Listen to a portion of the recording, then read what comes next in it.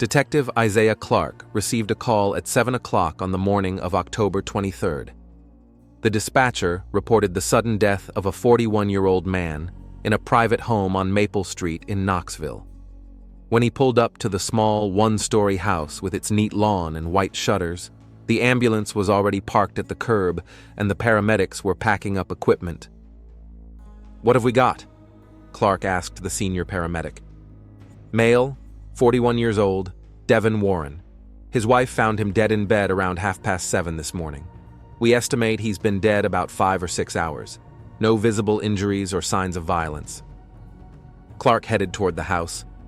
Standing on the porch was a woman in a dark blue robe over a white nightgown, thin, medium height, with neatly styled brown hair and attentive brown eyes. Despite the early hour and the circumstances, she looked put together, her hair combed, her face washed, even her lips lightly tinted. For a woman who had just lost her husband, too well-groomed a look. "Mrs. Warren, I'm Detective Clark with the Knoxville Police Department. I'm sorry for your loss." "Thank you, Detective. Please come in," she replied in a quiet but firm voice. Clark entered the house and immediately noticed the impeccable order. Everything was in its place, not a speck of dust on the polished furniture. Even the magazines on the table were neatly stacked according to size. There was a faint smell of lemon-scented cleaning products in the air. Clearly the place had been thoroughly cleaned recently, too thorough for a normal morning. The woman led him into the spacious living room, decorated in neutral colors. On the dark wood coffee table stood a massive crystal glass with the remnants of an amber liquid. "Hey, tell me what happened this morning," he asked, pulling out a notepad and pen. Kendra sat on the edge of the couch, straightening her back and folding her hands in her lap. Her posture was too formal, as if she were preparing for a job interview. "I woke up at 7:30, as usual. My internal clock is very accurate. I almost never use an alarm clock. When I turned to Devin, I noticed that he was breathing very strangely, unevenly, with pauses. I shook him by the shoulder, tried to wake him up, but he didn't respond, and then his breathing stopped altogether." Clark took notes while watching the expression on her face. The woman spoke calmly and measuredly, as if she were retelling the plot of a movie rather than describing the death of a loved one. "What did you do when you realized he wasn't breathing?" First I tried to find a pulse on his neck, but I couldn't feel anything. Devin was cold. I knew he was dead, but I called an ambulance anyway. I don't know if I'm wrong." "That's odd," Clark thought. "Most people instinctively check the pulse at the wrist. It's more natural and less frightening. A pulse on the carotid artery is checked by medics and those who know what they're doing." "How much time elapsed from the time you discovered your husband wasn't breathing to the time you called emergency responders?" "About 3 or 4 minutes, no more. I tried to wake him up first, then I checked his pulse, and then I ran to call." "Why didn't you call from the bedroom?" Kendra hesitated a moment. "It was just my cell phone, and it was dead. I'd set it to charge in the kitchen since last night. So I went to call from the landline in the living room." "Tell me about yesterday. When was the last time you saw your husband alive and well?" "Last night around 10 o'clock. Devin was sitting here in this chair watching some war movie and drinking whiskey. I said goodnight and I went into the bedroom." "How'd he seem? Any complaints about how he was feeling?" "No, he seemed fine. He was upset though, and he'd had a lot to drink. We'd had a big fight over dinner, and he'd taken offense." Clark looked up from his notebook. "Tell me more about that fight." 2 weeks ago, we won $777,000 in the Tennessee State Lottery. After taxes, we ended up with about $400,000. That's more than we make in 5 years combined." "And what was the problem?" "We had very different visions of how to spend that money. I wanted to buy a new house in a nice neighborhood, put some money away for retirement, and Devin wanted a $30,000 motorcycle and was going to give his friend $50,000 to expand his auto shop." "And you couldn't find a compromise?" "I tried to explain to him that we could afford both the house and the motorcycle if we were reasonable. But Devin wanted to buy a boat, go to Hawaii, and invest in some shady projects." "What did you guys say?" "That at 41, It's time to think about the future, not spend money like a teenager. We don't have kids, so there's no one to take care of us in our old age. Clark stood up and walked over to the coffee table. The glass was heavy, crystal, with faceted walls. There was some dark amber-colored liquid left at the bottom. He leaned over and sniffed cautiously. It smelled of whiskey, sharp and strong, but there was a hint of something else, sweet and chemical, not quite natural. What brand of whiskey did your husband drink? Jack Daniels. He had a whole bottle, almost full. How much did your husband usually drink in an evening? 1 or 2 glasses, no more. He probably drank more last night because he was nervous. Tell me more about last night. Around 7 p.m., when we were having dinner, a fight broke out. We yelled at each other for about 20 minutes. After that, Devin went into the living room and turned on the TV. I cleared the table, washed the dishes. No one finished dinner. They both lost their appetites. Did you two talk afterward? No. We have a rule. After a big fight, we don't talk until morning. Let each other cool down. Usually by morning it's over and we make up. What did you do the rest of the night? I read in the bedroom. I have a book club. We discuss a novel every 2 weeks. I took a shower around 9 o'clock. And while you were doing all this, did you see your husband? I walked past the living room a few times. He was sitting in a chair, drinking and watching a movie. The volume was pretty high. When you said goodnight, did he say anything back? He said something like, "Sleep well, we'll continue tomorrow." And he said I'd get my way like I always do. What did he mean, like always? Devin thought I was very stubborn and always got what I wanted. Said I had a way of pushing him. At that moment, the medical examiner walked in. Dr. Wilson, an older black man with a wedge-gray beard. Clark had worked with him for over a decade and trusted his professionalism. While Wilson did a preliminary examination in the bedroom, Clark continued his questioning. Did your husband have any health problems? No, Devin was a healthy man. He sometimes complained of lower back pain.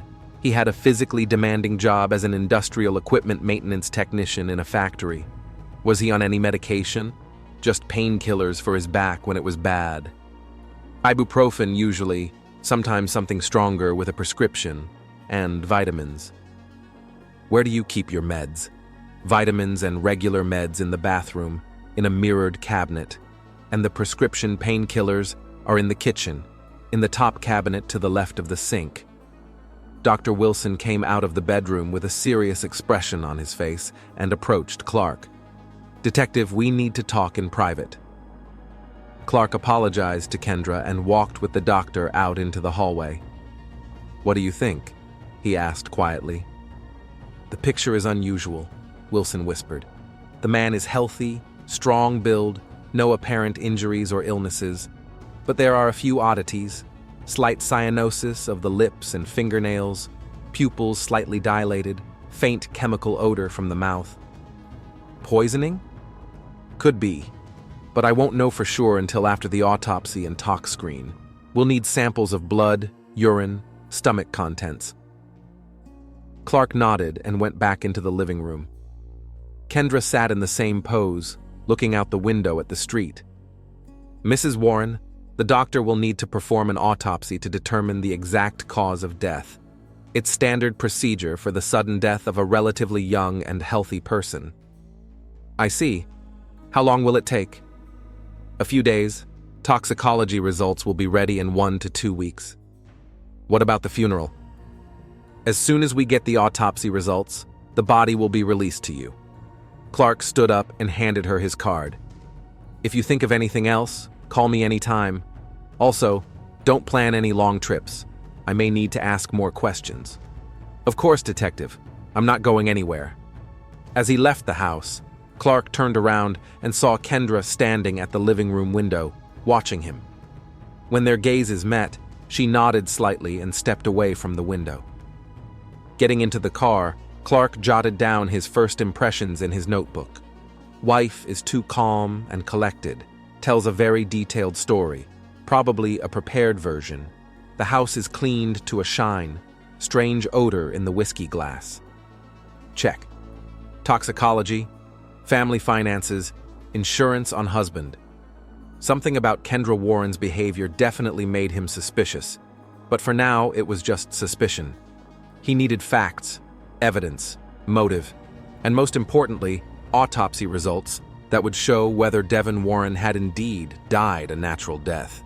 The next day, Detective Clark began by verifying information about the lottery winnings. The Tennessee Lottery Office confirmed to him that the $777,000 ticket had indeed been purchased by Devin Warren on September 21st. The winnings were received on October 8th, and after paying all taxes, the couple's bank account received $398,000, a substantial sum that could change the life of a middle-class family. The lottery employee, a full-figured middle-aged woman in a bright pink jacket, was happy to give the details. "Oh, I remember that couple," she exclaimed. "They came to collect their winnings together, but you could tell they didn't get along very well." The wife kept writing things down in a notebook, and the husband looked annoyed. When we took the photo for the press release, they had to reshoot it several times because they couldn't smile properly. Did they talk about their plans? The husband mentioned a motorcycle and some business with a friend, and the wife immediately asked about taxes and how best to invest money. Completely different approaches to life, if you know what I mean. Clark wrote down the contact information and drove to the plant where Devin worked. Southern Industrial Systems was located in an industrial neighborhood on the outskirts of Knoxville. Huge shops, pipes, tanks, and the constant hum of running equipment. Devin's supervisor, Ray Coleman, was a heavy-set man of about 55 with calloused hands and tired eyes. He received the detective in his cramped office, crammed with technical drawings and reports. "Devin was a good worker," Coleman said, shaking his head. "Punctual, responsible, knew his stuff. He's been with us for 7 years, no complaints. He's been a little distracted lately, though." "What do you mean, distracted?" "Well, dreamy. Always planning something, telling the guys about the motorcycle he was going to buy. Said everything was about to change in his life. We thought he was joking, but it turns out he won the lottery." "Did he talk about problems at home? About his wife?"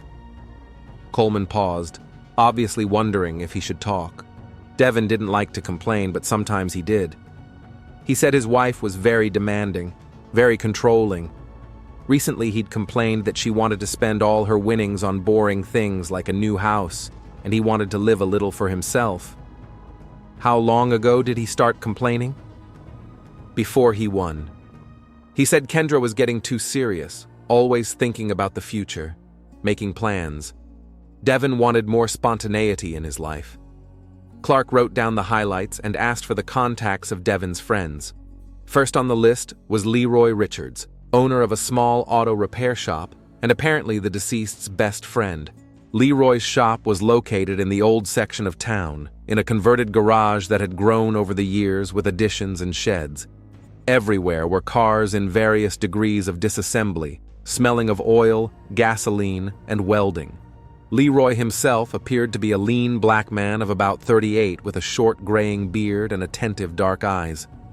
When Clark introduced himself and explained the purpose of the visit, Leroy's face darkened. "I can't believe Devin's gone," he said, wiping his hands with an oily rag. "We'd been friends for 15 years, since high school. He was like a brother to me." "When was the last time you saw him?" "The day before yesterday. Sunday. He came down here, we were talking about expanding the shop. Devin wanted to invest $50,000 in the business, partner with me." "Tell me more about those plans." Leroy led the detective to the workbench, where there were blueprints and photos of the premises. "I've been thinking about expanding for a while now. There's a great space on Cherry Street that could accommodate 4 elevators instead of 2. More customers, more profit. But I didn't have enough seed money." "So, Devin offered to be an investor?" "Not just an investor, a full partner. We'd split the profits in half. Devin understood technology, could do complex repairs, and I could handle organizational issues." "What did his wife say about those plans?" Leroy frowned. Kendra was adamantly opposed. Said it was too risky, that Devin didn't know anything about business. She wanted him to invest in something safe, as she put it. "Did they fight about money a lot?" Lately, all the time. Devin told me that Kendra had a whole plan on how to spend her winnings. A new house, renovations, investments in her retirement fund. It's all dollar by dollar, no room for spontaneity. What did Devin want? To live a little, Leroy waved his hand. The man worked his whole life, saving every dime he could. And when he finally got a chance to realize his dreams, his wife started dictating terms. What other dreams did he have besides a motorcycle and a machine shop? He wanted to take a vacation to Alaska, go salmon fishing, buy a boat to go fishing out here on the lake, maybe get a dog. Kendra had always been anti-pet. Just normal guy dreams, nothing criminal. Clark took notes, watching the expression on Leroy's face. The man was clearly genuinely grieving the loss of his friend and speaking with distaste about his wife. Leroy, what do you think the relationship between Devin and Kendra was like? Honestly, I think she got to him. Devin had become depressed in recent months, complaining about the constant tension at home. Kendra demanded accountability for every dollar spent, criticized all his friends, said we were a bad influence on him. Did he say anything specific about problems in the marriage? Leroy paused, obviously weighing his words. Said he sometimes wondered if he'd made a mistake 12 years ago by marrying her. That Kendra had changed, or he hadn't known her well from the beginning. Had she? Did Kendra ever come here? A couple times, always with a sour face. Looked at the workshop like a dump, looked at me like I was a bad influence. Last time was a month ago when Devin showed her the blueprints for the expansion. She wouldn't even look at them, said it was a stupid idea. What exactly did she say? That auto shops were going out of business, that Devin had no business experience, that I just wanted to take advantage of their money. Pretty hurtful stuff, to be honest. Clark closed the notebook and looked at Leroy carefully. Do you have any idea what might have happened to Devin? I have no idea. He wasn't sick, he didn't drink heavily, he didn't do drugs. Heart maybe? Although he had a recent physical at work, everything was fine. What about suicide? Could he have been depressed because of family problems? Leroy shook his head decisively. Never. Devin wasn't that kind of guy. Yes, he was upset with his wife, but he had plans, dreams. He said he'd find a way to convince Kendra or make a decision on his own, but he definitely wouldn't give up. Next was Devin's mother, Teresa Warren, a 73-year-old woman who lived in a nursing home across town. Clark found her in a small but cozy room where she was knitting in a chair by the window. Despite her age, Teresa looked alert and sharp of tongue. "Detective at last," she said as soon as he introduced himself. "I thought the police wouldn't investigate my son's death." Why did you think that, Mrs. Warren?" "Because it seems obvious to everyone. The young man died of a heart attack. But I know my son. Devin didn't have a heart problem. He had regular checkups." Teresa put aside her knitting and looked intently at the detective. "Did you talk to this woman, Kendra?" "Yes, I interviewed your sister-in-law." "What did she look like? A grief-stricken widow?" Clark chose his words carefully. "She was upset, but she held her dignity." "Aha!" Teresa chuckled, dignified. "Did she cry? Did she sob? Was she hysterical?" "No, she was in control of her emotions." "Exactly. Do you know what my reaction was when I was told my son was dead, detective?" "I screamed so loud, all the nurses came running. I was tearing my hair out, convulsing, even though I'm an old woman who should be prepared for loss." Clark listened intently, realizing that the old woman had something to say to him. "Mrs. Warren, do you have any specific reason to suspect your sister-in-law?" "Oh yes, detective. To begin with, she called me the night before last. Monday? The day your son died?" "That's right. Around 9 p.m. Said she wanted to make sure I was okay, since I hadn't called in a while." "That's weird, considering we usually talk once a month, and Devin's the one who initiated it. What did you two talk about?" "She asked about my health, the meds I was taking. She was especially interested in my heart drops. Asked the name, dosage, where to buy them. Said Devon sometimes had chest pains, and she wanted to know what might help. Clark became wary. Had your son ever complained of heart pain? Never. He had a healthy back, a healthy heart, excellent health in general. If Devon had heart problems, he would have told me. We were very close. How long did the conversation last? About 20 minutes. She also asked about my will, if I was leaving anything to Devon. Very delicate, of course, but I could see where she was going with it. And what did you say? That all my meager possessions and small savings would go to my son. And if he is gone, then to his wife, since I have no other heirs. Teresa stood up and went to the dresser where the pictures were. She took one of them, Devon and Kendra's wedding photo, and showed it to the detective. Look at them, detective. Devon's smiling genuinely. He's happy. And her? She's smiling, but her eyes are cold, calculating. I knew right away this woman wasn't marrying for love. Why would you say that? Kendra has always been very practical. Devon told me how they met. She worked in the accounting department of the factory where he was interning. She studied him as a potential husband for 2 months before she agreed to a first date. Maybe she's just cautious. Cautious? Teresa put the photograph back where it belonged. Detective, this woman mapped out her life 20 years in advance before she even got married. Devon showed me her notes where they'd live, how many kids they'd have, when they'd buy a house, when they'd retire. It was year by year and month by month. What's wrong with that?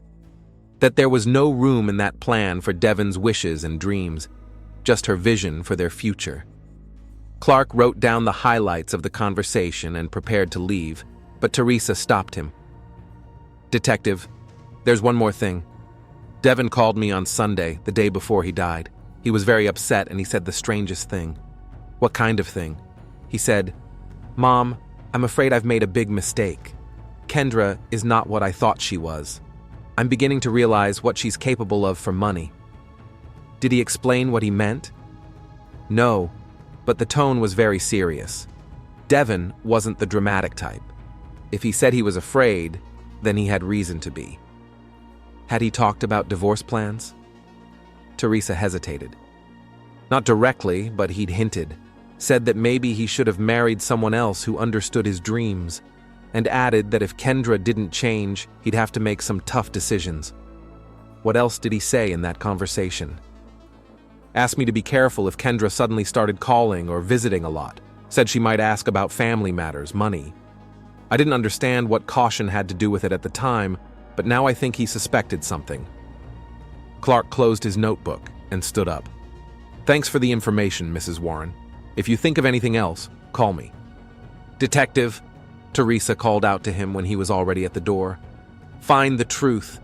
My son didn't die of a heart attack. I can feel it in my motherly heart.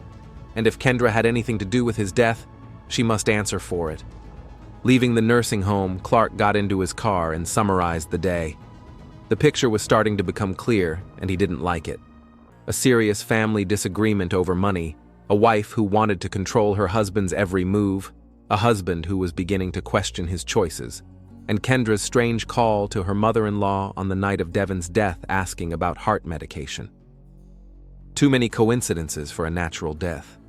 Now they had to wait for the autopsy results and scrutinize the Warren family's financial situation more closely.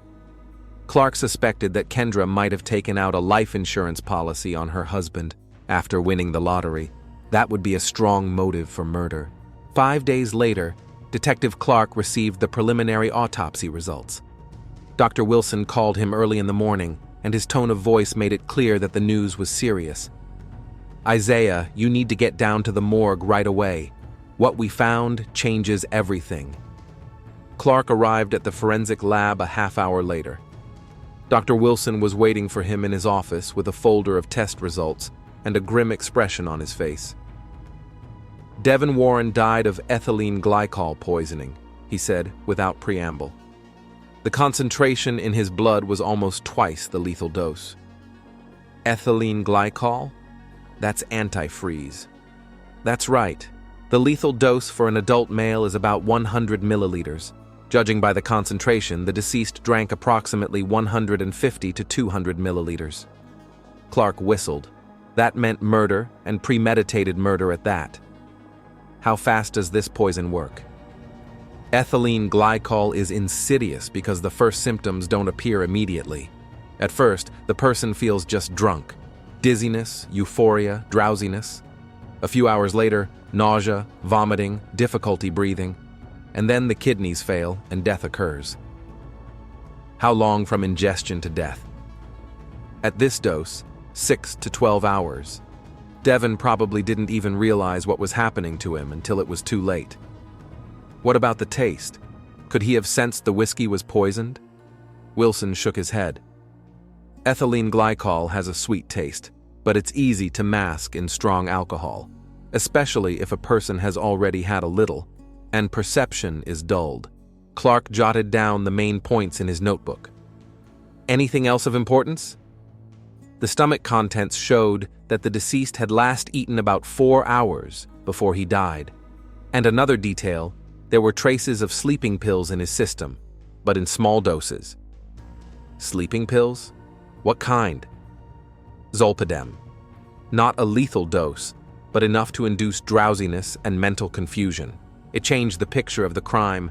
Not only did the killer poison the victim, but he gave her sleeping pills so Devon couldn't call for help or realize what was going on. Leaving the morgue, Clark drove to the office to check the Warren family's financial records. What he found only served to strengthen his suspicions. 3 weeks ago, immediately after receiving the lottery winnings, Kendra had taken out a life insurance policy on her husband for $500,000 and had not increased her own insurance. But even more interesting was another discovery. Having checked Devon's bank transactions, Clark found that he had been actively playing in online casinos for the past 2 weeks.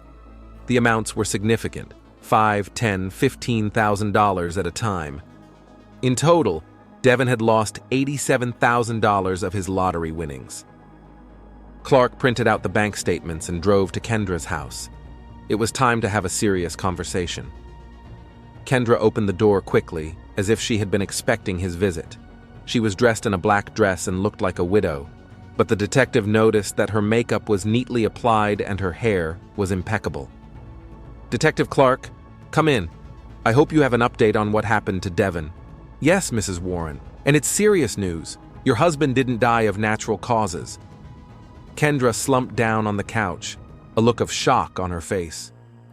"What do you mean? What happened to him?" "Devon died of ethylene glycol poisoning. Someone put antifreeze in his whiskey." "Oh my God!" Kendra put her hands over her face. "Who would do something like that? And why?"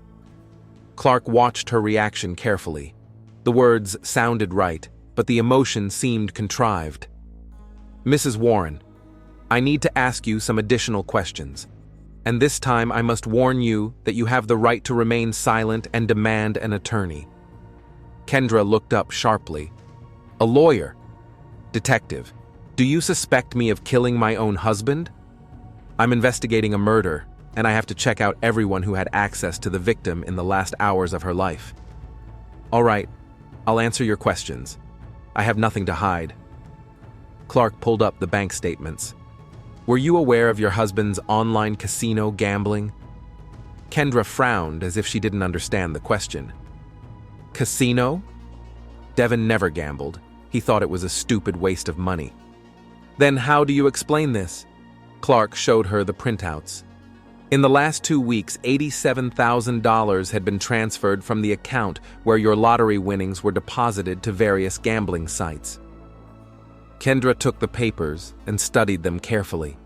The detective watched the expression on her face as surprise turned to understanding and then to anger. "This can't be happening," she whispered.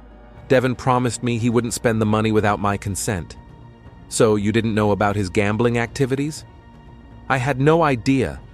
Kendra jumped up from the couch and started pacing the room. "How could he? We had dreamed of financial stability for so long, and he blew almost a quarter of our winnings on this nonsense. When did you find out about the losses?" Kendra stopped and looked at the detective carefully. I only found out about it just now, from you. Until today, I thought all the money was in our joint account.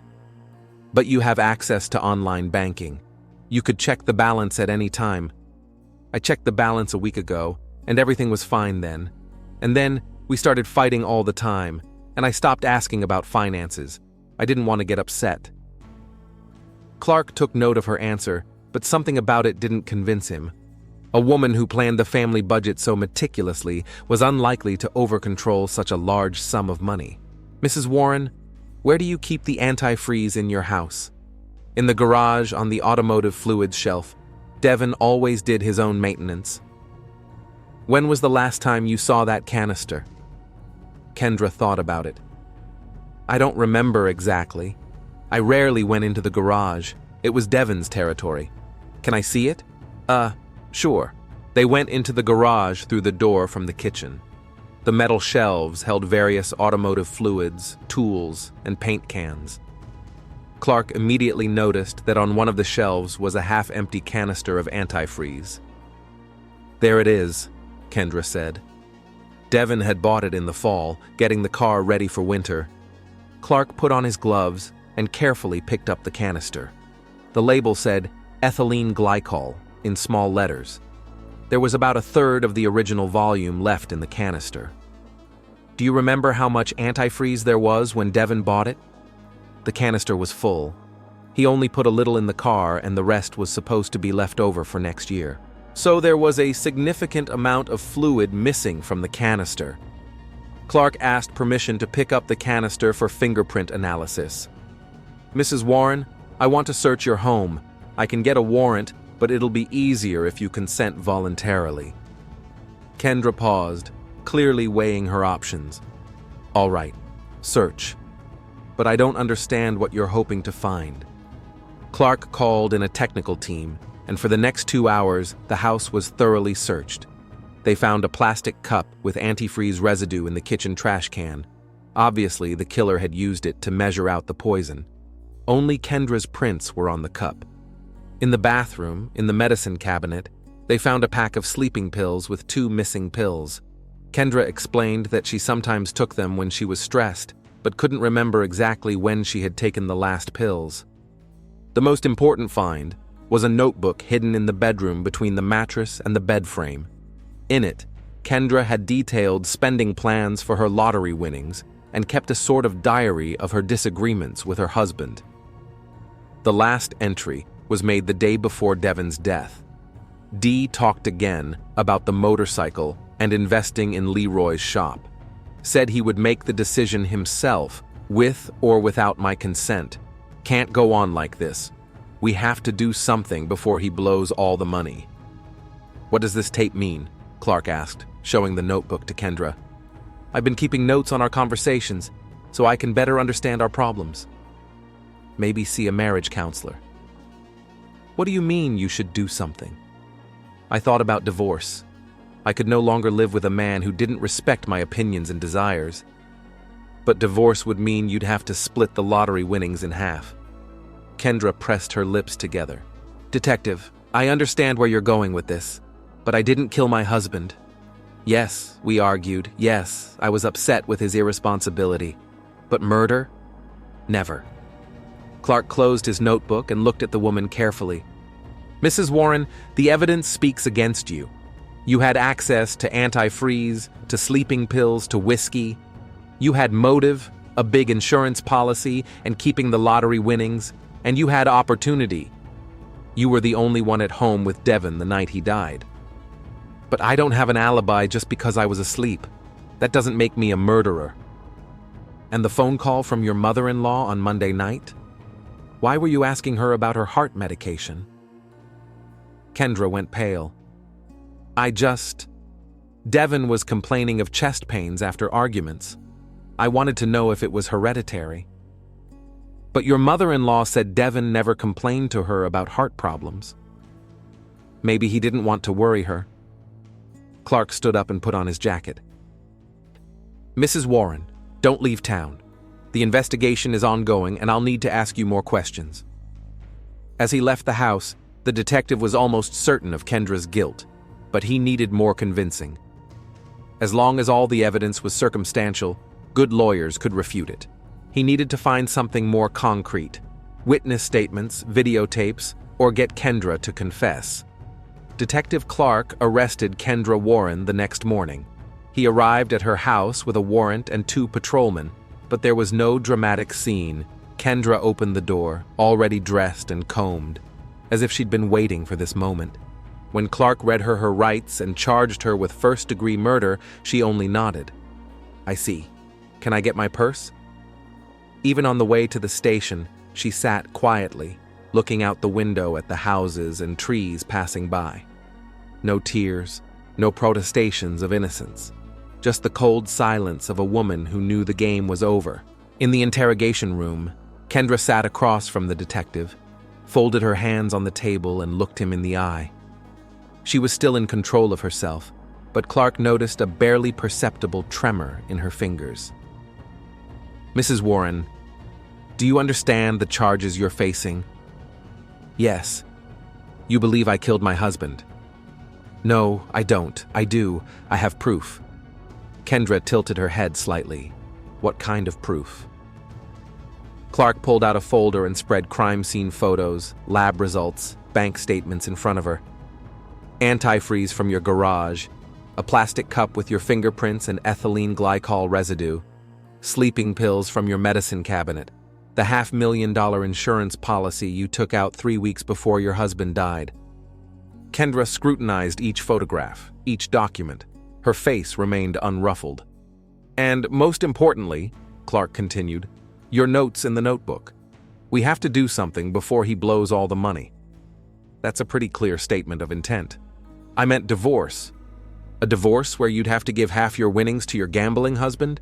Or a murder that would allow you to keep all the money and collect the insurance?" Kendra leaned back in her chair. "Detective, even if all of this is true, you can't prove that I'm the one who put the poison in his whiskey." "Yes, I can. Monday night, you called your mother-in-law, asking about heart medication, preparing the groundwork for a natural death. Then you measured the right amount of antifreeze into a plastic cup with your fingerprints on it. Added a couple of sleeping pills so Devin wouldn't realize what was going on." Clark leaned forward. "When your husband sat down in the chair to drink whiskey, you waited until he drank enough to dull his perception. Then you approached him on some pretext, to bring him an appetizer or just to talk. And you poured the poison into his glass."